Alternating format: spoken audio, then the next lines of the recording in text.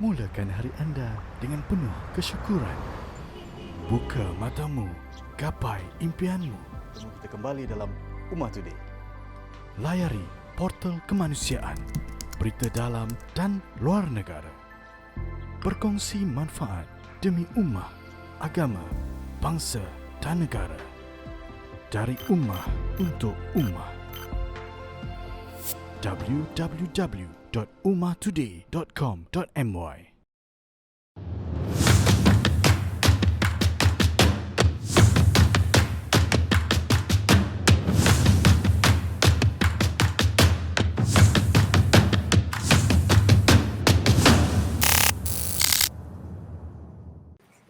Assalamualaikum warahmatullahi wabarakatuh. Bersama saya Syazlin Syahrul. Saya Hafiz Anwar. Dalam episod Ummah Live pada malam ini, membincangkan macam biasa topik-topik yang menarik, isu-isu semasa yang berkaitan dengan ummah dan demi kepentingan ummah sendiri. Okey, baik Hafiz. Ya. Baru-baru ini seperti yang kita tahu, penutup bagi tahun 2021 Betul. tidak seindah yang kita sangka.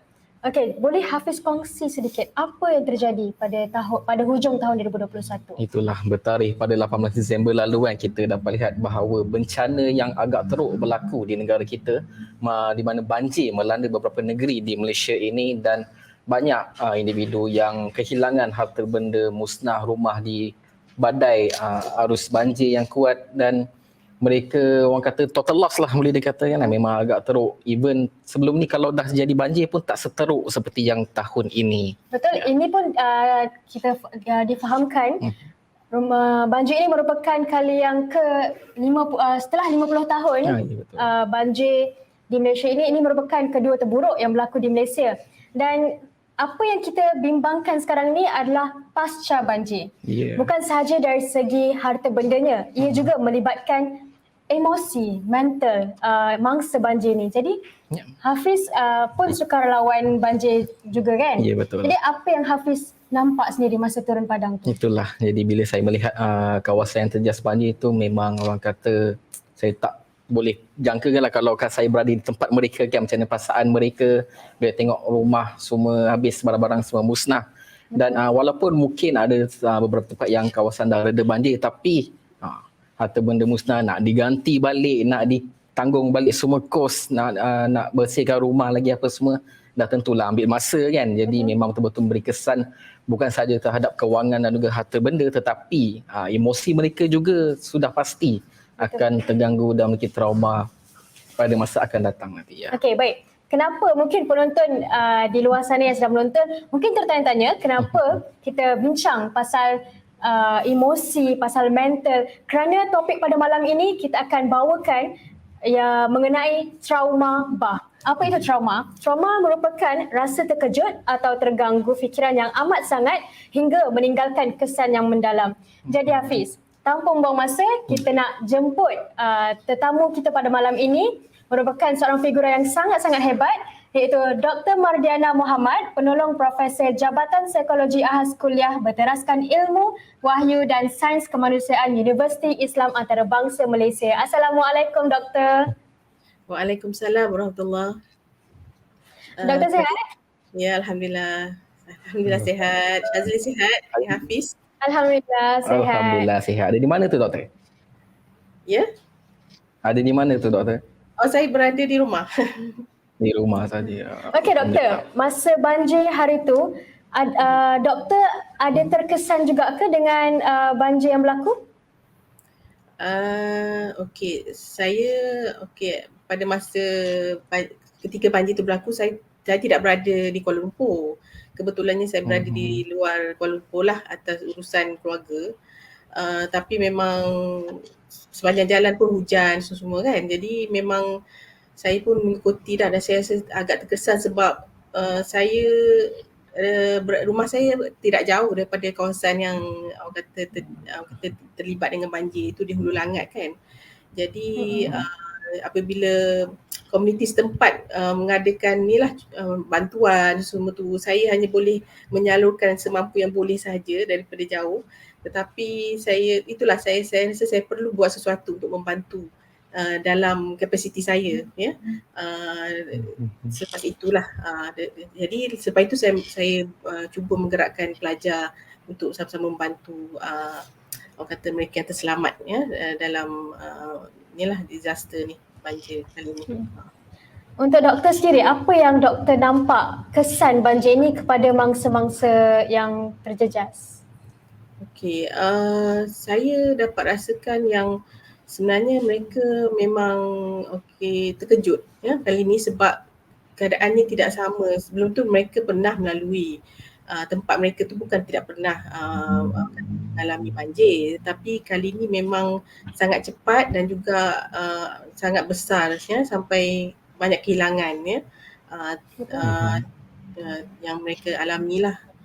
Jadi berbeza daripada yang dulu.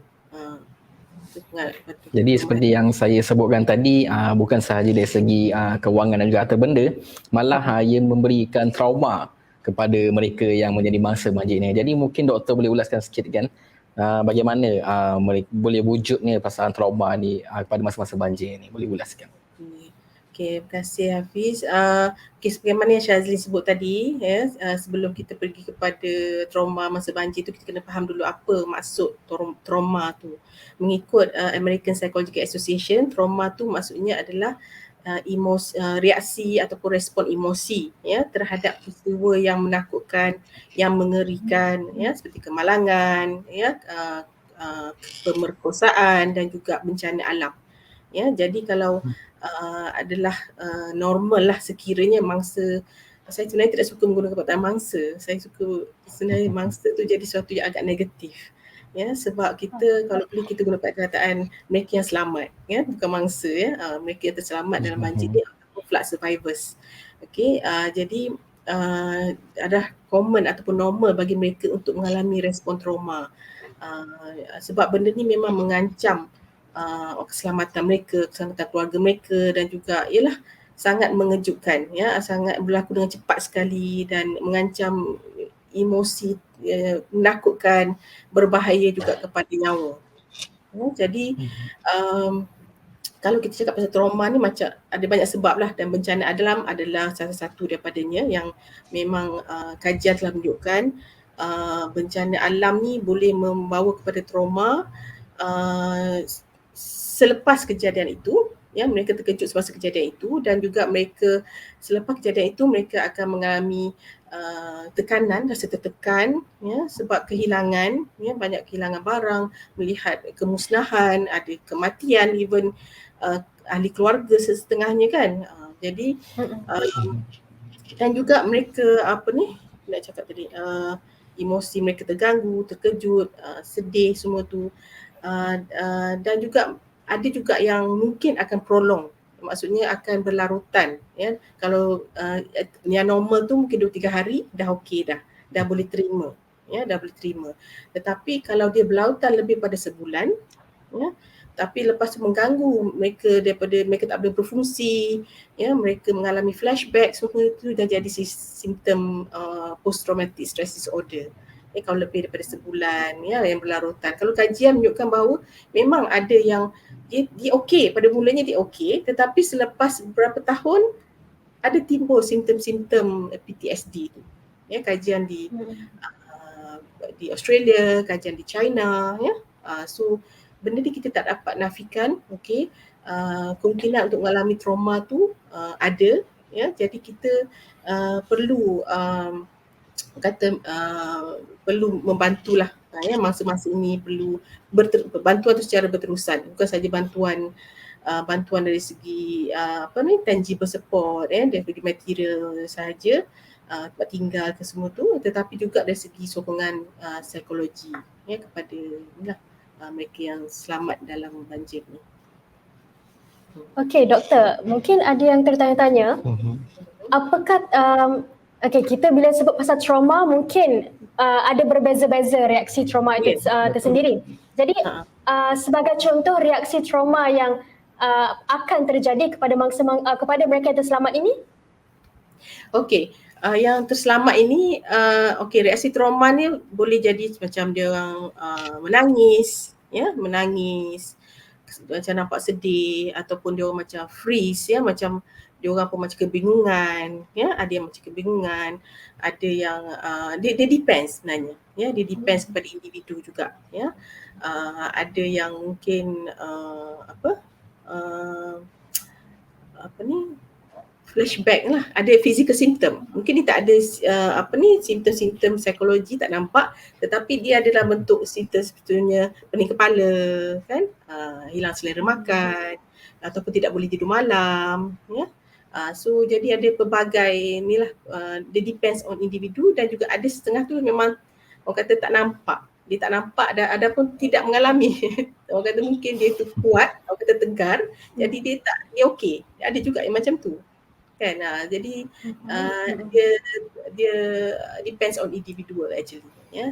Tapi macam itulah, mana kalau dari segi simptom yang ni mungkin dia orang akan rasa ketakutan juga.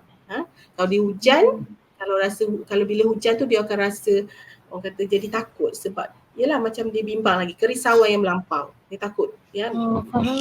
Make sense lah kan, sebab mungkin akan jadi banjir lagi kan, baru diselamatkan dan banjir lagi. Jadi first yang biasanya sokongan yang diberi adalah psychological first aid lah. Psychological first aid ni maksudnya kita pastikan dia orang maknanya selamat dulu kan. Contohnya yang baru ni, bila kejadian yang saya baca, ada yang duduk orang kata berenang, maksudnya selamatkan diri, bergantung kat pokok sampai kat satu penghubung rumah tu. Dia orang duduk di situ, bukan saja dia orang tapi sebenarnya ular pun ada kat situ juga. Bayangkan kan. Allah Akbar.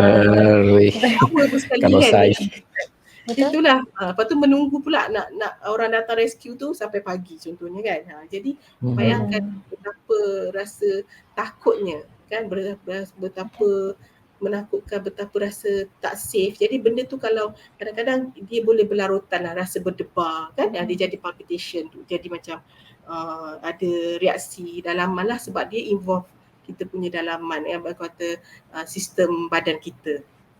Ya, bila kita menghadapi sesuatu yang sangat tertekan, ya, ia akan menjadikan kita bila kita contohnya ada jumpa anjing kat depan kan, mesti kita akan rasa terserempak dengan seekor anjing yang nampak garang sangat kan. Jadi mesti kita ada rasa, orang kata jantung kita berdebar dengan laju sangat kan. Itu ada simptom simptom badan kita lah, orang kata body symptom, orang kata sistem saraf kita.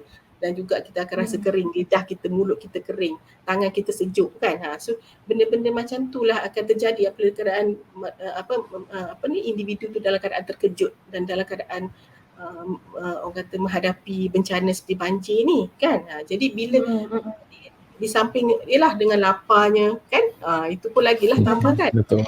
Kita tak boleh bayangkan keadaan mereka tu sendiri.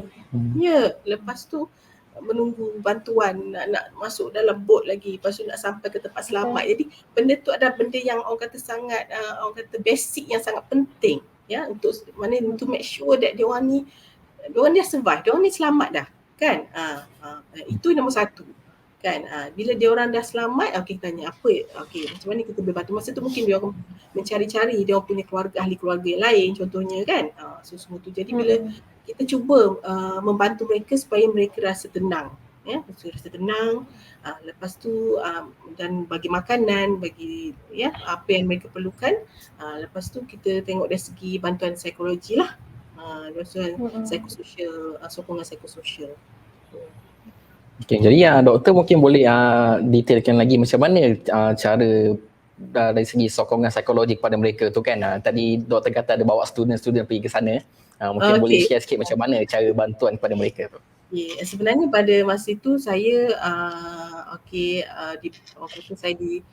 menyertai orang kata menyambut orang kata seruan Persatuan Kaunseling Malaysia Perkama. Presiden Perkama ada menghubungi siapa yang ingin surut serta dalam memberikan bantuan psikososial kepada mereka terselamat ni. Jadi saya pun rasa terpanggil sangatlah, sebab saya rasa itu yang saya boleh buat kan. Nak bantu dari segi kudrat tu tak mampu.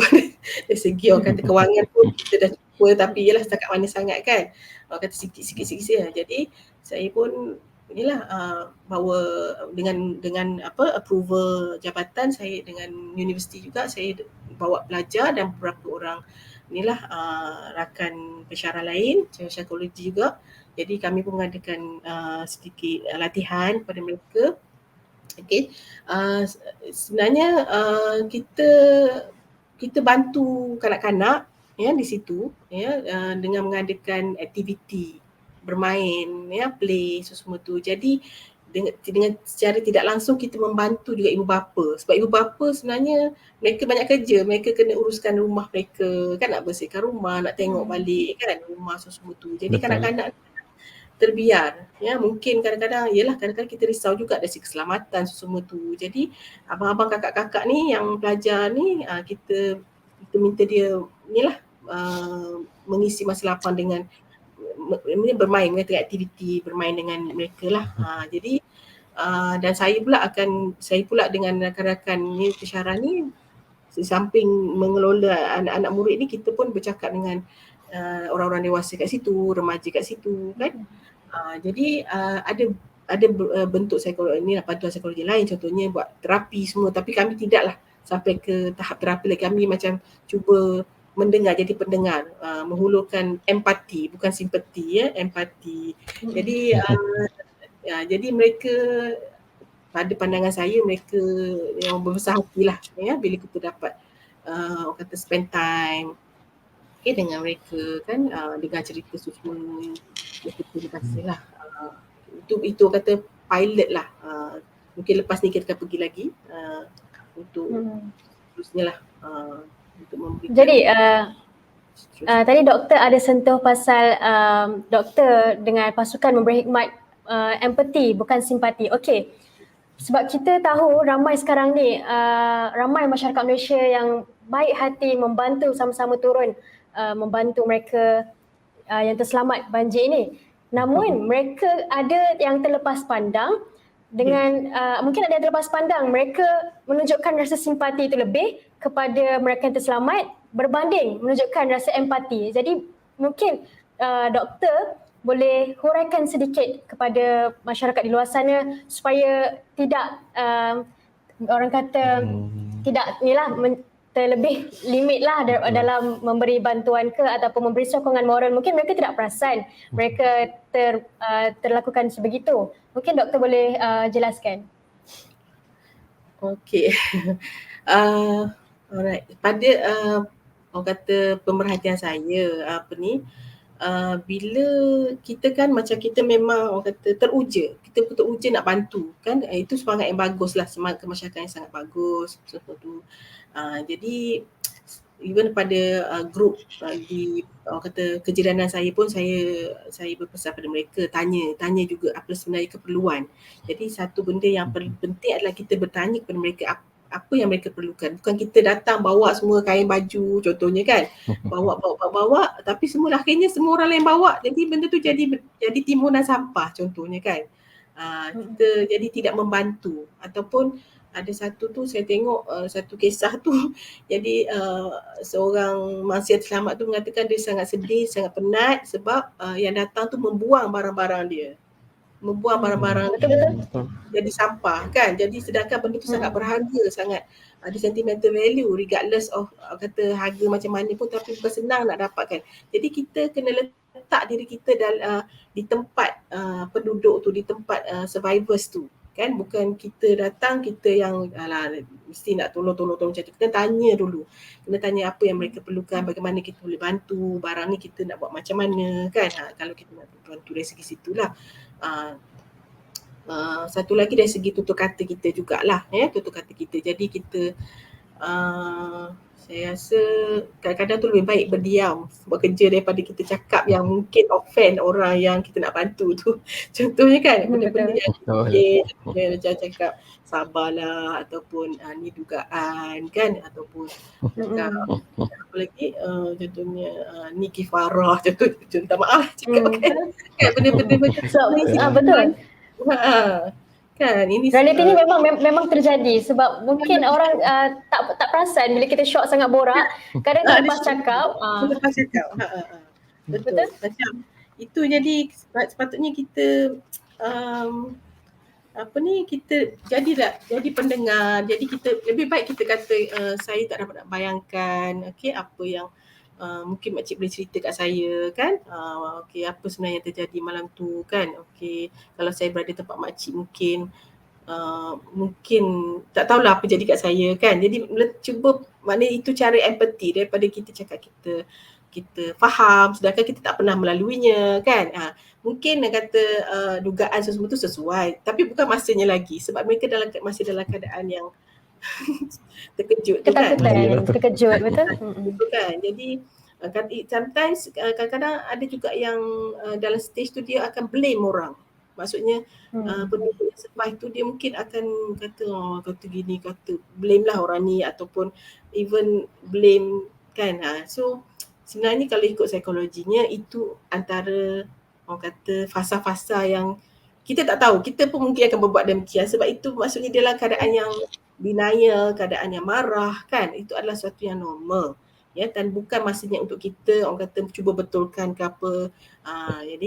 Jadi kita cuma ke situ kita akan cakap jadi hari tu memang lama ya makcik tunggu contohnya kan. Jadi susah ya, bukan senang ya macam tu. Maknanya kita lebih kepada kata sokongan moral lah kan. Sokongan, bukan kita nak judge ke, kita nak tambah lagi ke perencah-perencah. Ya. Dalam dia punya tengah rasa serabut tu kan. Sebab Kadang risau dengan keadaan masyarakat kita sekarang ni. Itulah kadang-kadang kita nak tu pun kita tak sedar kalau kita ada kat situasi mereka kan. Inilah senang cakap kan, nak sabarlah, apa ini semua dugaan semua. Tapi kalau kita pula yang kena macam tu kan. Saya faham makcik. Awak dah pernah ke melalui semua banjir ni? Kita dah pernah, tak apalah kan. Masalahnya kita ni. Betul. Mungkin poin dekat sini ada cara untuk zahirkan rasa prihatin kita kepada mereka yang terselamat, bukan dengan mengutarakan kata-kata yang nak menyedapkan hati tapi terzahir benda lain pula. Betul? Tidak membantu mereka kan. Jadi betul. Dari segi kata kita, dari segi perbuatan kita tu banyak yang kita kena fikir dululah kan. Be mindful kan, berfikir dulu sebelum kita berkata dan berbuat sesuatu dalam orang kata menyantuni ya orang-orang yang kita nak bantu ni kan. Niat tu dah baik dah kan, niat tu dah baik semua kan, tapi salah cara orang kata. ada silap sikit kan. Tak apa. Belajar benda tu. Okey, baik Hafiz dan doktor sendiri, sebelum kita pergi dengan lebih lanjut berkenaan dengan trauma bah ini, kita berehat seketika dan kembali selepas ini. Assalamualaikum Mak. Mak, abang nak balik kampung ni. Baliklah. Lek-luk kat jalan tu. Alang-alang dah boleh rentas negeri, pulanglah ke pangkuan keluarga. Kepulanganmu pasti mengubat rindu ayah dan bonda. நான் இன்னும் கொஞ்ச நிமிஷம் வர போறேன். Tetapi jangan sesekali lupa 全部都 OK， 爸爸别担心。 jagakan diri, jaga SOP. Layari www.ummahtoday.com.my. Mulakan hari anda dengan penuh kesyukuran. Buka matamu, gapai impianmu. Temu kita kembali dalam Ummah Today. Layari portal kemanusiaan, berita dalam dan luar negara. Berkongsi manfaat demi ummah, agama, bangsa dan negara. Dari ummah untuk ummah. www.ummahtoday.com.my.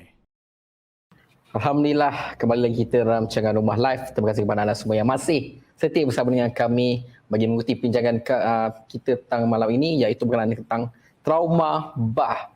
Kan, seperti anda tahu sekarang ni banjir masih lagi melanda di beberapa negeri dan kesan daripada banjir itu sudah pasti akan memberikan kesan emosi, bukan sahaja dari segi harta benda dan kewangan dan sebagainya, tapi ada yang mungkin kemurungan, akan memikirkan tentang apa akan jadi yang pada akan jadi masa datang. Walaupun dah beberapa kali terjadi tapi mereka masih lagi belum menemui jalan penyelesaian, dia masih lagi berlaku hampir tiap-tiap tahun jugalah kan. Jadi sebelum tu Hafiz kejap Sebelum tu kita nak minta kepada semua penonton yang sedang menonton Ummah Live pada malam ini, Jangan lupa untuk share, untuk follow, like, komen dan share episod Rumah Live pada malam ini supaya lebih ramai penonton di luar sana mendapat info-info dan pengetahuan-pengetahuan yang dapat membantu secara tidak langsung mereka yang sekarang ini yang terkesan dengan banjir. Jadi Hafiz. Jadi terlepas orang kata pasca banjir ni lah kan, pada bangsa ni sendiri mungkin ada yang mengalami penyakit iaitu post traumatic stress disorder ataupun digelar sebagai PTSD. Jadi mungkin doktor boleh huraikan sikit kepada mereka yang mengalami masalah ini kan selepas menjadi mangsa banjir ni. Mungkin doktor boleh jelaskan. Individu yang mengalami banjir contohnya terselamat dalam bencana alam si banjir ni, mereka boleh mengalami simptom PTSD. Mereka boleh mengalami sistem PTSD, dan sistem PTSD ni mungkin juga bukan sahaja PTSD tetapi ada kemurungan juga. Kemurungan dan juga kerisauan, anxiety disorder. Kadang-kadang dia ada macam orang kata komorbid lah, dia macam sekali ada, bukan saja PTSD saja tapi ada juga kemurungan. Tapi PTSD ni dikenal pasti biasanya bukan the first month tu yang pertama, tapi dalam masa 2 tahun ataupun even selepas itu. Ada kajian di China contohnya menunjukkan 17 tahun, selepas 17 tahun ada lagi orang yang mengalami PTSD. PTSD akibat banjir. Jadi itulah. Jadi kita kena tahulah apakah simptom-simptom PTSD ni. Ada apa yang kita PTSD ni. So yang pertama contohnya ada orang kata ada memories yang datang. Walaupun kita tidak berusaha untuk mengingat kembali, tanpa kita berusaha kembali, tetapi ada je flashback yang datang. Kadang-kadang pada masa tidur jadi macam kita mengigau, contohnya jadi mengigau waktu malam, ataupun dalam waktu siang tu kita jadi flashback, tiba-tiba macam ingat-ingat kan, ingat yang menyebabkan rasa ketakutan, menyebabkan rasa risau, even ada yang kesal, rasa bersalah, ada bersalah semua dah. Ada juga simptom fizikal di samping yang tadi tu memory tu, ada perasaan takut tu datang bersama dengan physical symptom dah, seperti rasa macam chill, menggigil ke, sakit kepala ke, macam datang balik dia punya macam sakit jantung lah, ada heartbeat yang sangat kuat, macam panic attack, itu adalah orang kata sekali dengan memori yang datang tu. Itu yang pertama. Yang kedua, kadang-kadang simptom yang kedua ni mungkin ada setengah orang tu dia cuba avoid, dia mengelakkan dia bercakap tentang banjir. Bila orang tu mengelak daripada bercerita, sebenarnya dia nak gelak dia berfikir, dia cuba ingat. Jadi mengelak, bila orang tanya dia kata saya tak nak cakap, ataupun dia tak nak jumpa dengan orang-orang yang mengingatkan dia kepada peristiwa banjir tu. Dia tak nak jumpa pun. Kan? Menjauhi aktiviti tu, menjauhi tempat tu, dia avoidance, dia mengelak. Tu another symptom. The third one is dari segi emosi, dari segi mood dia, negative changes. I mean dari segi pemikiran, dari segi mood tu, dia rasa hopeless, dia rasa seperti putus harapan, rasa macam numb, benda tu boleh berlaku, rasa teruk, rasa very down, rasa malu, rasa bersalah, semua ada. Dan bila dia tidak bercakap dengan orang, yang bahayanya apabila timbul juga rasa nak bunuh diri, suicidal thoughts tu, dan jadi senang nak, dan juga mungkin senang temper, mood swing, ada moody, cepat tiba-tiba nak marah, mood swing, dan hilang bila sebelum tu dia ada hobi tapi tiba dah tak nak buat hobi tu, hilang minat pada hobi. Tak jumpa kawan-kawan pun tak ada minat, tak hilang minat nak bergaul dengan orang, berjumpa rakan-rakan. That's orang kata adalah another symptom lah dari segi changes dalam mood diorang, cara berfikir dan mood diorang. So sangat bahayalah, sebab kadang-kadang dia mungkin kita tak tahu, tapi contohnya daripada seorang dia sebenarnya pemandu yang berhemah, tapi masa dia ada PTSD tu sebenarnya dia mungkin jadi pemandu yang sangat orang kata agresif. Contoh rumah ada segi tingkah laku juga, ya, tingkah laku. Dan kalau inilah mungkin juga dari sebelum tu mungkin tidak merokok jadi merokok contohnya, ataupun mungkin di kalangan yang bukan Islam mungkin jadi orang kata alkoholik, ya, keperkatan alkohol, ataupun inilah ada terlibat dalam dadah lah, ya, dadah semua tu. Ini adalah kata simptom. Mereka hilang minat even kepada mana kalau macam ada perubahan lah mana dari segi hubungan suami isteri kan, hilang minat dari segi pekerjaan, mungkin ada mana dari segi pekerjaan mungkin tidak produktif, mana jadi slow, tak boleh concentrate. Itu ada simptom orang kata tingkah laku diakibatkan oleh inilah emosi yang terganggu oleh kerana PTSD tadi, ya. Dan PTSD ni sebenarnya tak semualah yang akan mengalami PTSD kan, orang kata PTSD tapi tak semua, ya.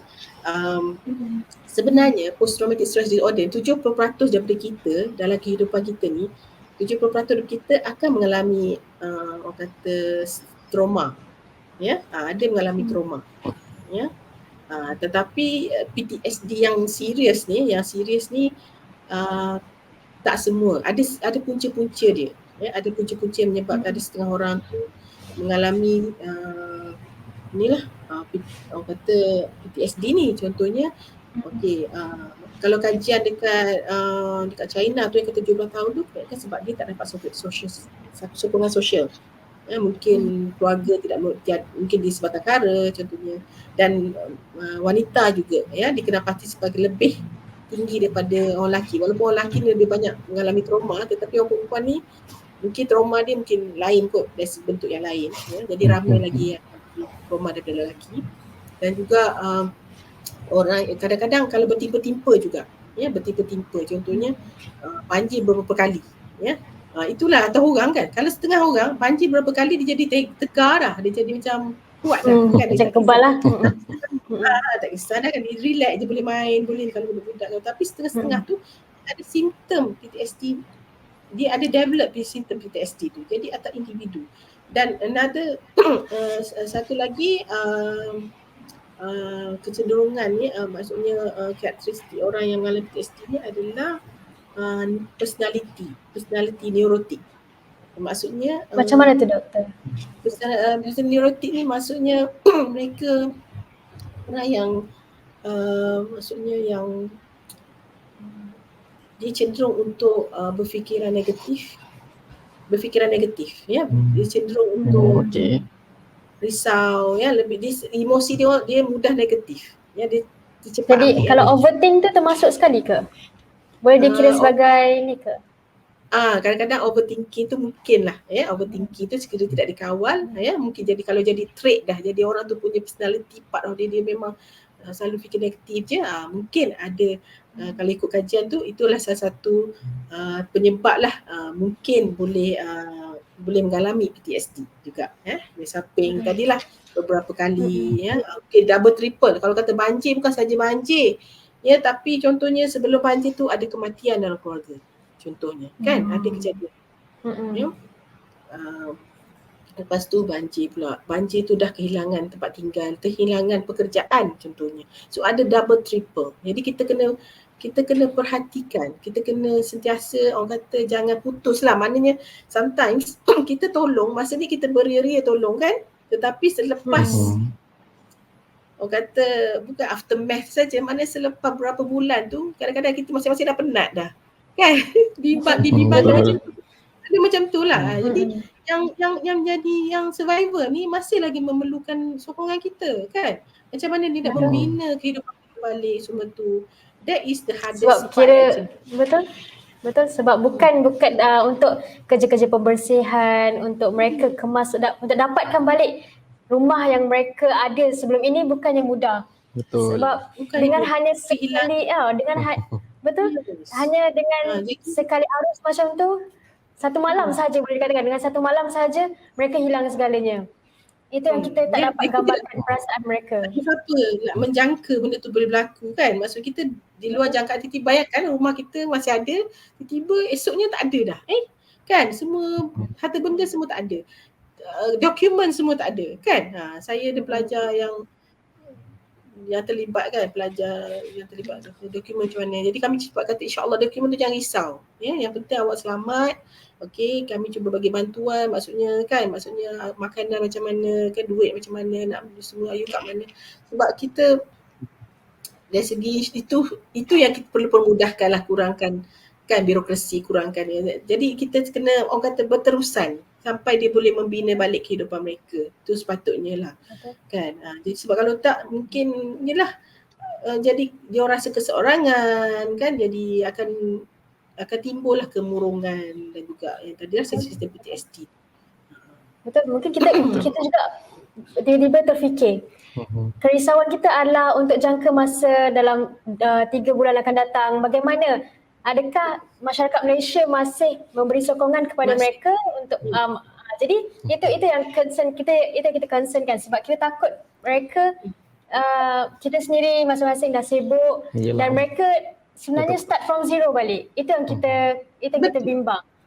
Betul. Dan lagi satu, bagaimana bagaimana kita nak diagnose seseorang itu ada PTSD? Adakah perlu ada kesemua simptom yang doktor senaraikan? Okey, simptom-simptom tu ialah kita ni nak diagnose tu kita perlu orang kata pakar lah yang diagnosnya kan. Jadi kita kalau kita tengok ada a few symptoms tu dah ada, kita perhatikan mungkin ahli keluarga kita, na'udzubillah lah, tapi maksudnya sahabat-sahabat ke, jiran ke ada ni, mungkin kita boleh suggest supaya mereka berjumpa dengan pakar lah kan. Berjumpa pakar, dia pakar akan melihat secara, adalah dia punya orang kata penilaian dia tu, assessment dia orang kan. Yang lebih ni, kalau kita diagnose bahaya pula nanti kita pula yang kan, nanti lagi lah orang tu kata, yelah bahaya kita nak diagnose orang ni kan. Tetapi sebagai masyarakat, jadi kita prihatin, kita sentiasa bersama diorang, jadi kita melihat perubahan-perubahan tu, dan apatah lagi sekiranya mereka ada menunjukkan ciri-ciri orang kata tanda-tanda yang mereka mencederakan diri mereka terutamanya, itu memang kena cepat-cepat orang kata refer, cepat-cepat bawa mereka ataupun beritahu kepada kedua ibu bapa mereka. Jadi katakanlah nanti buka sekolah kan, jadi contohnya pihak sekolah pun, guru ke kan, ibu bapa, kita perlu orang kata jadi observant, jadi observant, memerhatikan perubahan tingkah laku kan, baik emosi di kalangan contohnya remaja ke anak-anak kita lah, sebab kita tak tahu. Mungkin sekarang ni okey sebab ramai lagi yang datang melayan semua kan. Ramai lagi, tapi selepas ini macam cakap tadi, 3 bulan panjang, betul? 3 bulan. Yes. Okay, jadi doktor ialah walaupun dah beberapa kali terkena banjir kan untuk masa-masa semua ni. Jadi mungkin pada masa akan datang lah, bila andai kata terjadinya lagi, jadi mungkin ada langkah yang mereka boleh ambil, orang kata pengurusan dari segi kualitatif lah, yang boleh diambil oleh orang ramai bagi menghadapi bencana pada masa akan datang. Jadi mungkin doktor boleh kongsikan. Betul lah. Kalau ikutnya kan sebenarnya kita ni belum sampai tahap macam di negara-negara lain yang lebih maju, yang lebih bersedia semua tu. Sepatutnya kita ada buat kata intervensi kepada mereka yang terselamat ni kan, macam mana mereka nak menguruskan, macam mana mereka nak menghadapi sekiranya berlaku lagi kan banjir, macam mana mereka nak uruskan emosi, dia panggil stress inoculation tu macam mana. Kalau setengah-setengah negara maju dia orang dah selalu, jadi dia orang dah sediakan orang kata training tu, walaupun training bukan training lah, orang kata macam mana pendedahan dan juga orang kata persediaan mental yang kata Hafiz cakap tadi tu kepada tempat mereka yang berada di tempat-tempat yang prone banjir tadi tu. Jadi supaya mereka lebih bersedia lah macam mana kita nak ni. Sebenarnya saya rasa bagus macam tu, sebab kita walaupun kita tak katalah orang yang ada yang lebih bersedia mental ni maksudnya macam bulletproof kali peluru, emosi kuat, tidak kan.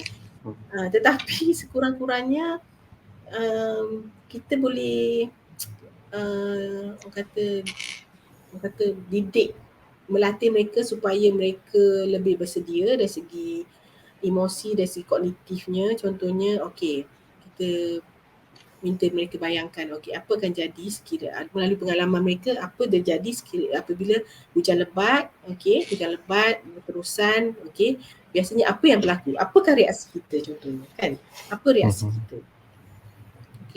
Lepas tu bila mereka bercerita reaksi, dari segi emosi kita macam mana, dari segi perkataan kita macam mana, apa thought kita, apa pemikiran kita. Mesti kata, habislah rumah aku teruknya kan, habislah aku kan, semua kan. Jadi kita bila kita dah kena pasti, kita apa sepatutnya yang kita boleh buat untuk menenangkan diri kita. Kita boleh ajar mereka breathing technique kan, cara nak tenangkan fikiran kan. Lepas tu macam mana nak selamatkan diri kan, bila sepatutnya perlu selamatkan diri, macam mana nak simpan barang contohnya lah, sampai ke situ kan. Kalau mestilah ada semua kan, dari segi material, dari segi psikologikal kan, macam mana nak barang apa yang perlu diselamatkan, macam mana kita nak pastikan kita bawa benda tu contohnya lah. Ataupun dari segi psikologi tadi lah, maksudnya bila sepatutnya kita tinggalkan rumah kita contohnya kan, macam mana kita nak keluarga kita supaya bawa sekali kan, tinggalkan rumah kita, itu yang paling penting. Nak selamatkan diri itu paling penting kan. Jadi bila mereka dah diajar, dilatih, sekurang-kurangnya mereka akan lebih bersedia, lebih tenang sebab bila keadaan datang, keadaan macam tu yang berlaku sebelum ni, mestilah kita dalam keadaan yang tak dapat berfikir, susah nak buat decision kan. Macam kadang-kadang kita macam kaku, freeze kan, ataupun kita setengah orang aku nak selamatkan barang macam ni kan, ada setengah orang dia macam enam, dia tak tahu nak buat apa kan. Jadi bila kita, kalau ada intervensi yang melatih mereka seperti yang dilakukan di negara barat contohnya, mungkin boleh membantu mereka yang berada di kawasan yang cenderung banjir ni untuk lebih bersedia dan membantu mereka untuk menguruskan emosi mereka ketika dan selepas juga kan. Betul. Jadi Hafiz, selepas ini kita akan membincangkan mengenai apakah kesan kepada psikologi ini berkenaan dengan trauma bah ini akan membawa kemudaratan kepada mangsa-mangsa ini. Jadi kita kembali selepas ini. Bersama-sama dengan saya, Saudara Muhammad Fakhruddin dalam program Duduk Sekejap. Kita ni janganlah jadi batu api. Kita nak lagakan antara satu pihak dengan satu pihak yang lain. Walaupun kita tahu pihak A ni betul. Ada pula sahabat bila dapat tahu topi perang Nabi pecah sehingga cebisan-cebisan besi melekat di muka baginda Nabi Muhammad SAW. Kafa bil mar'i kaziban ay yuhadditha bi kulli ma sami'a. Tak kisah nak buat apa saja buat. Tapi Islam ni, hebatnya Islam dah buat guideline, panduan untuk kita lalui kehidupan ini. Mulakan hari anda dengan penuh kesyukuran. Buka matamu, gapai impianmu. Kita kembali dalam Ummah Today. Layari portal kemanusiaan, berita dalam dan luar negara. Berkongsi manfaat demi ummah, agama, bangsa dan negara. Dari ummah untuk ummah.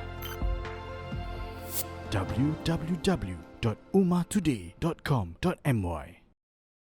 Assalamualaikum warahmatullahi wabarakatuh. Kembali lagi dalam Ummah Live pada malam ini. Kepada mereka yang masih menonton, jangan lupa untuk follow, like, komen dan share episod pada malam ini supaya lebih ramai tahu atau cakna tentang perbincangan pada malam ini. Okey, baiklah Hafiz dan Doktor, kita berada di segmen terakhir, dan pada segmen terakhir ni biasanya kita akan tone down sikit kita punya perbincangan supaya penonton pun akan lebih faham untuk tahu apa langkah terbaik, adakah ia membawa kemudaratan. Jadi berbalik kepada soalan, adakah trauma ini akan membawa kemudaratan pada jangka masa panjang? Ya, ataupun mungkin doktor boleh kongsikan kajian yang doktor sendiri pernah buat sebelum ni berkenaan dengan topik kita malam ini. Boleh doktor boleh kongsikan.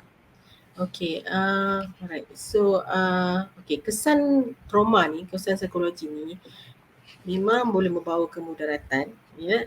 Okay, sekiranya kalau kita tidak sedar, ya, tidak disedari dan atau biarkan begitu sahaja, ya. Sebab dia akan menjejaskan kesihatan fizikal, ya, kesihatan fizikal dan mental individu yang mengalami PTSD ni, mengalami trauma ni, ya. Dan juga ia akan menjejaskan mungkin perhubungan suami isteri, ya. Jadi ada banyak konflik-konflik lain yang mungkin akan timbul, ya, yang orang kata boleh dimasukkan dalam kemudaratan jugalah kan. Okey. Keluarga sebab dia mengelak tadi kan, avoidance tadi tu, dia mengelak, jadi dia macam menjauhkan diri semua. Sedangkan sebenarnya dia mungkin mengalami kemurungan ataupun trauma tadilah. Okey, dan juga dia mungkin menjejaskan orang kata produktiviti, ya, konsentrasi di sekolah ataupun di tempat kerja, ya. Jadi dan lagi teruk lagi memudaratkan sekiranya individu itu mula mencederakan diri dia lah, ya. Dalam kata suicidal thought tu dia mula kan. Jadi kalau dia dah tak boleh nak orang kata dah kemurungan tadi tu, jadi dia orang kata dah tak boleh berfikir secara rasional lagi, dia akan mungkin mencederakan diri dia, ya. Jadi sekiranya ada simptom-simptom saya cakap tadi, okay, adalah penting sekiranya untuk dia individu itu mendapatkan bantuan dan rawatan profesional lah. Okay. Tetapi perlu diingatkan juga, okay, tidak semua orang yang terselamat ni akan mengalami kesan psikologi, ya, seperti PTSD ni, ya. Sebab ada faktor-faktor pelindung juga, ya. Ada orang yang mempunyai kekuatan-kekuatan tertentu yang jadi faktor pelindung, ya, seperti kekuatan kerohanian contohnya, ya. Kajian saya, kalau nak cakap kajian saya ada membuat kajian dengan remaja-remaja di Aceh, ya, selepas tsunami, ya. Mereka selepas 10 tahun selepas tsunami tu, mereka kan ada kehilangan ibu bapa. Masa kejadian tu mungkin baru 2-3 tahun, umur mereka kan 4 tahun. Jadi mereka ni tinggal di pesantren lah, tinggal di pesantren selepas 10 tahun, tetapi dengan sokongan-sokongan banyak masyarakat, ya, dengan guru-guru semua tu ada, maksudnya ada macam ibu bapa gantian, macam substitute, ya, yang memberi perhatian kepada mereka semua tu. Alhamdulillah mereka dapat orang kata mengatasi, ya, mereka dapat meneruskan kehidupan mereka, ya, dalam pendidikan mereka semua tu, dengan orang kata tidak melalui lah orang kata masalah kesihatan mental tu. Okey. Yang tadi saya kata kekuatan rohani tadi tu, kekuatan kerohanian tu, apabila saya melakukan interview dengan banjir, dengan penduduk banjir, survivors banjir dekat Langat baru ni pun, saya dapati bahawa mereka yang macamnya yang orang kata yang tenang, ya, yang kelihatan tenang tu, ya, yang bila saya bercakap tu, sebenarnya dia orang mengucapkan kata-kata syukur, ya. Mereka mengucapkan kata-kata syukur kerana mereka meletakkan diri mereka orang kata lebih beruntung, lebih laki, beruntung, bertuah daripada orang lain yang mengalami situasi yang lebih teruk daripada mereka. Itu satu kan, bila kita ada rasa bersyukur tu kan. Dan juga ada yang kata maksudnya dia macam ada redha di situ, ya. Mereka macam menganggap itu ada satu ujian, orang kata ujian yang nak bagi pahala kat dia kan. Orang kata satu hadiah, satu pahala nak angkat darjat diri dia. Jadi even untuk mengikut kajian pun, benda-benda ni lah yang akan membantu seseorang itu menjadi lebih tegar, ya, lebih resilient, kebergantungan kepada Tuhan, ya, menjadikan orang itu lebih kuat, ya. Dan juga kajian menunjukkan bahawa orang yang mengalami kesulitan, even kalau dia orang kata contohnya kajian mengikut teori positif psikologi, mereka yang dipenjara masa zaman dekat Jerman oleh pihak Nazi tu, okey, yang survive tu adalah orang yang mempunyai meaning in life, mempunyai maksud, ya, purpose dalam kehidupan mereka. Walaupun ya ada ramai yang meninggal kan sebab kena gas semua tu kan. Jadi kepentingan meaning in life tu tidak dapat orang kata kita tak dapat sangkal bila kita ada orang kata sense of purpose in life kan. Maknanya kita kebergantungan pada Tuhan tu. Sebenarnya kita ni makhluk Allah kan. Benda-benda tu memberikan kekuatan. Okay, jadi mereka lebih berdaya tahan dan lebih tabah. Jadi maksud saya nak katakan tadi memang ada kemudaratannya sekiranya dah terjadi PTSD tu, jadi memang kita kena dapat rawatan dan tapi tidak dapat orang kata dinafikan. Ada juga orang yang dapat mengatasi yang juga tidak mengalami PTSD walaupun mereka telah mengalami berkali-kali musibah banjir contohnya. Betul, setiap orang berbeza-beza. Betul lah. Even saya sendiri pun masa macam awal rancangan tadi saya ada cerita yang saya pergi sini melawat masa banjir. Bila saya interview mereka, mereka semuanya dalam keadaan tersenyum.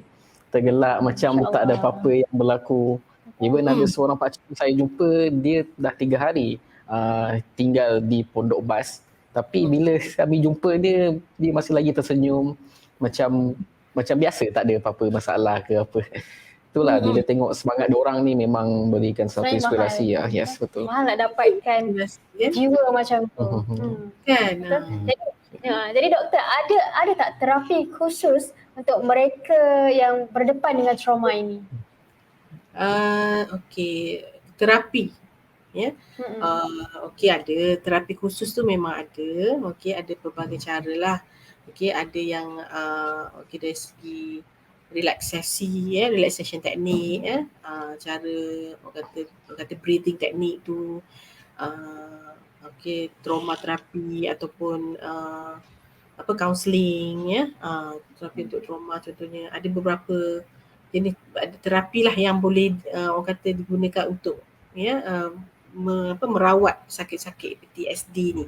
Jadi ada yang sebenarnya dan juga jangan orang kata kita tak boleh lupa juga ada juga kalau kita mereka di refer kepada psikiatris contohnya mereka juga akan diberikan ubat-ubatan lah juga kan. Jadi benda tu sebab setengah-setengah yang trauma ni mungkin sebab masalah orang kata perubahan fizikal biologikal di otak juga jadi yang perlu dirawat dengan ubat-ubatan jadi dan sebenarnya boleh dirawat lah. Kita perlu ingat yang sebenarnya PTSD ni boleh dirawat. Maksud kita jangan macam lagi sekarang ni lagi orang kata lagi canggih. Lagi canggih dari segi terapi tu. Ada macam-macam jenis terapi terapi penerimaan, terapi kognitif, kognitif behavioral. So ada banyak terapi yang dia depends lah pada siapa kita jumpa lah. Dengan siapa pakar mana kita jumpa. Jadi insya-Allah ada caranya untuk kita merawat sakit PTSD ni. Betul, insya-Allah. Jadi sebagai masyarakat prihatin lah kan. Apakah cara terbaik sebenarnya untuk kita bagi cara yang terbaik untuk kita bagi sokongan kepada mereka ni supaya mereka dari segi fizikal dan mental lah, ataupun mungkin masa sini ada langkah awal yang diorang boleh buat ataupun terus pergi ke jumpa pakar psikologi ke macam mana? Mungkin doktor boleh kongsikan. Yang pertama saya fikirlah kita sebagai orang kata mungkinlah orang terdekat ke kan ahli keluarga ke nak bantu orang lain ataupun orang luar ke nak bantu, sekiranya kita boleh hubungi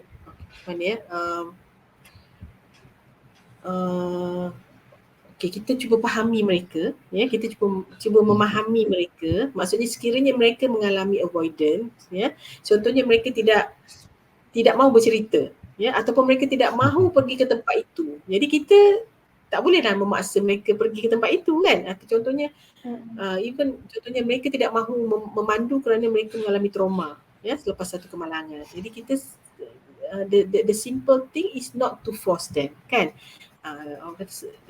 Maknanya jangan force mereka sebab mungkin mereka masih belum bersedia lagi. Dan juga orang kata kita memujuk mereka lah. Kalau kita sebagai orang luar, kita boleh memujuk mereka sekiranya mereka mengalami simptom-simptom trauma tu, jadi kita boleh untuk kita bawa kepada untuk mendapatkan rawatan psikologi ataupun psikiatri. Ya, sekarang ni daerah-daerah pun ada kan, klinik-klinik daerah, kesihatan daerah pun ada kaunselor-kaunselor. Kalau tak nak jumpa psychiatry pun jumpa kaunselor dulu. Jadi it's okay to feel sad, it's okay to get orang kata untuk mendapatkan rawatan, ya. Itu boleh terjadi kepada sesiapa sahaja kan. Kan bukan maknanya kita pergi dapatkan rawatan tu menunjukkan kita lemah kan, ataupun kita mengalami PTSD menunjukkan kita lemah kan. Sebab itu boleh berlaku pada sesiapa pun kan, kita tak tahu kan. Mungkin kita belum mengalami, kita tak ni lah kan, tapi sebenarnya it can happen to anyone. Macam penyakit juga, macam penyakit fizikal juga, boleh berlaku pada sesiapa sahaja. Jadi kita dari segi sokongan. Ada setengah masyarakat kita berpendapat bahawa mereka yang ada simptom-simptom ini macam gila, tak betul. Itu yang kita rasa macam mungkin masyarakat Malaysia belum buka mata lagi mengenai wujudnya PTSD atau trauma ini. Mungkin ada juga yang mempelekehkan, kata lemah lah apa semua kan. Itu pun satu masalah juga kan. So jadi mungkin bila tak ada sokongan, mulalah terjerumus kepada bunuh diri. Itulah stigma tu kita perlu overcome, ya. Stigma tu masih ada dalam masyarakat kita kan. Kita masih rasa segan, malu kan, kalau nak bawa yalah ahli keluarga ke. Tapi sepatutnya kita dah boleh semakin orang kata makin menerima lah sebenarnya penyakit mental ni. Macam saya cakap tadi, berlaku pada sesiapa saja. Kita kadang-kadang kalau kemurungan tu kita tak tahu, tiba-tiba jadi murung. Jadi simptom-simptom murung kan. Dia tak ada trigger, dia tak ada sebab tu kita tak boleh nak kenal pasti kan. So maksudnya ialah macam penyakit-penyakit lain jugalah, kita susah nak kenal pasti. Penyakit fizikal pun macam tu kadang-kadang sekarang ni kan. So sama saja. Jadi kita nak ubah mindset masyarakat kita ni supaya kita lebih terbuka untuk berjumpa dengan pakar-pakar dan profesional yang boleh merawat. Betul. Jadi doktor, kita nak put aside pasal isu mereka yang selamat pada banjir, kita nak fokus pada ni pula. Kiranya pada sekarang ni kita tengah bekerja, ada yang stres, ada yang penat. Mungkin doktor boleh kongsikan teknik untuk release tension yang ringkas yang boleh kita amalkan mengawal emosi dan tekanan semua. Okey. Ada sebenarnya ada banyak teknik kan. Okey, sebab kita memang sekarang ni work from home. Jadi kita kadang-kadang penatnya tak sama dengan work from the office, at the office kan. Sebab di office tu kadang kita jumpa dengan kawan, kita boleh masa pergi makan kat rumah ni. Kadang kita akan ada kerja-kerja lain, tugas-tugas lain yang kita perlu lakukan juga kan. Jadi sampai ke malam semua kan. Jadi jadi saya rasa self care tu sangat penting lah, ya. Self care maksudnya kita kena cari masa untuk kita melakukan aktiviti yang kita gemar lah untuk diri kita, ya. Saya rasa contohnya ialah mungkin petang tu kita kena juga luangkan masa untuk melakukan senaman contohnya kan. Kalau ada alat-alat senaman di rumah lagi bagus kan. Kalau ada yang sekarang dah boleh keluar, alhamdulillah, bolehlah juga berkebun contohnya, ataupun orang kata brisk walk, semua tu benda-benda tu akan membantu kita, ya, orang kata menimbulkan perasaan gembira sebab ya kita keluarkan hormon gembira dengan bersenam, ya. Lepas tu boleh saja orang kata walaupun kita kurang nak jumpa dekat office, tapi boleh orang kata berinteraksi melalui social media, ya, melalui Google contohnya dengan kawan, dengan ahli keluarga contohnya, ya. Dan juga kalau kita rasa berdebar ke, rasa macam anxious sangat tu, mungkin kita boleh amalkan zikir, ya, yang tu ya memang membantulah zikir tu kan. Dan juga breathing juga, ya, deep breathing, tarik nafas, ya, tarik nafas dalam 5 second kan. Bila kita tarik nafas tu kita tarik nafas tu kita dapat rasakan perut kita besar, bukan kita tarik nafas kita tahan perut kan. Kadang-kadang kita salah cara pernafasan. salah cara lah. So kita Mm-mm. tak nafas tu bila kita rasa perut besar atau bernafas dengan hidung bernafas dengan hidung.